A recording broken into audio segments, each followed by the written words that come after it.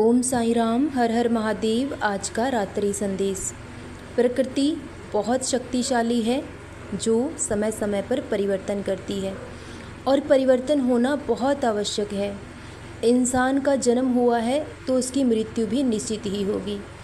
तो हम नहीं जानते कि कब हमारा बुलावा आ जाए, क्योंकि जिसका जन्म हुआ है उसकी मृत्यु भी ज़रूर होगी।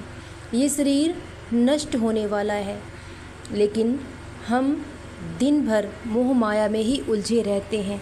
हमारे पास उस ईश्वर के लिए समय ही नहीं है, क्योंकि हम इस माया के नशे में इस कदर चूर हो चुके हैं कि हमें कुछ और नज़र ही नहीं आता।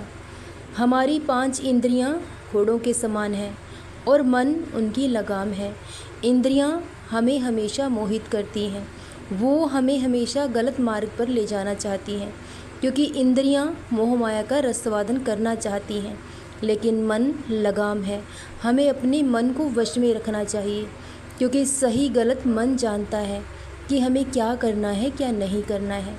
इसलिए हमें उस ईश्वर को हमेशा याद करते रहना चाहिए। चाहे आप जिस भी रूप में परमात्मा का नाम जपें, लेकिन उनका नाम ज़रूर जपते रहें। उसने इंसान की इच्छा स्वरूप अनेक रूप धारण किए हैं। आप किसी भी रूप में उस ईश्वर को पूजें, उनका नाम सिमरन करें, लेकिन उनको याद ज़रूर करें, क्योंकि वक्त मुट्ठी में रखी रेत की तरह हमारे हाथ से फिसलता जा रहा है। लेकिन इंसान इस मोह माया के चक्रव्यूह से ही नहीं निकल पाता है। हम जब भी ध्यान करने बैठते हैं तो हमारा मन ध्यान में नहीं लगता है, मन यहाँ वहाँ भटकता है। लेकिन जैसे भी हो, हमें ईश्वर का नाम लेते रहना चाहिए। सही गलत जैसे भी हो, जिस भी ढंग से आप उस ईश्वर को याद करते हैं, उन्हें याद करते रहिए। जब मिट्टी में बीज बोया जाता है तो वो सीधा उल्टा नहीं देखा जाता, बस बो दिया जाता है, तब एक अच्छी फसल बनकर तैयार हो जाती है।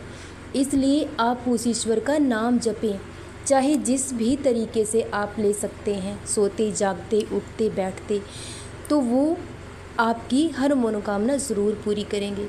और जिस दिन ये नाम जाप हमारे कंठ में उतर जाता है, उस दिन आत्मा और परमात्मा का मिलन ज़रूर हो जाता है, क्योंकि परमात्मा कहीं बाहर नहीं है, वो हमारी अंतर आत्मा में ही निवास करते हैं।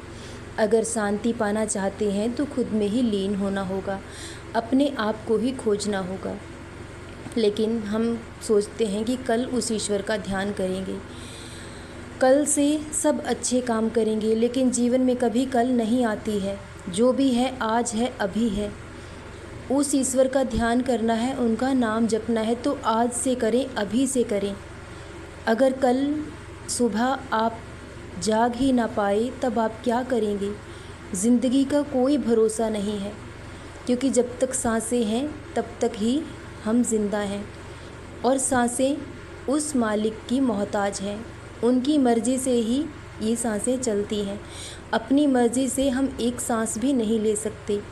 तो इसलिए जब तक इस तन में प्राण है, उस ईश्वर का नाम जपते रहें, अपने जीवन का उद्धार करें, मुक्ति और मोक्ष को प्राप्त करें, जन्म मृत्यु के चक्र से मुक्त हो जाएं। जब इंसान मोक्ष प्राप्त कर लेता है तो उसे ना तो कुछ खोने का भय होता है, ना ही कुछ पाने की इच्छा होती है। वो जन्म मृत्यु के चक्र से सदा सदा के लिए मुक्त हो जाता है और इस भव सागर से पार उतर जाता है। इसलिए ईश्वर ही आपको इस भव सागर से पार उतार सकते हैं, और ध्यान साधना ही एक ऐसी साधना है जिससे हम उस ईश्वर को पा सकते हैं।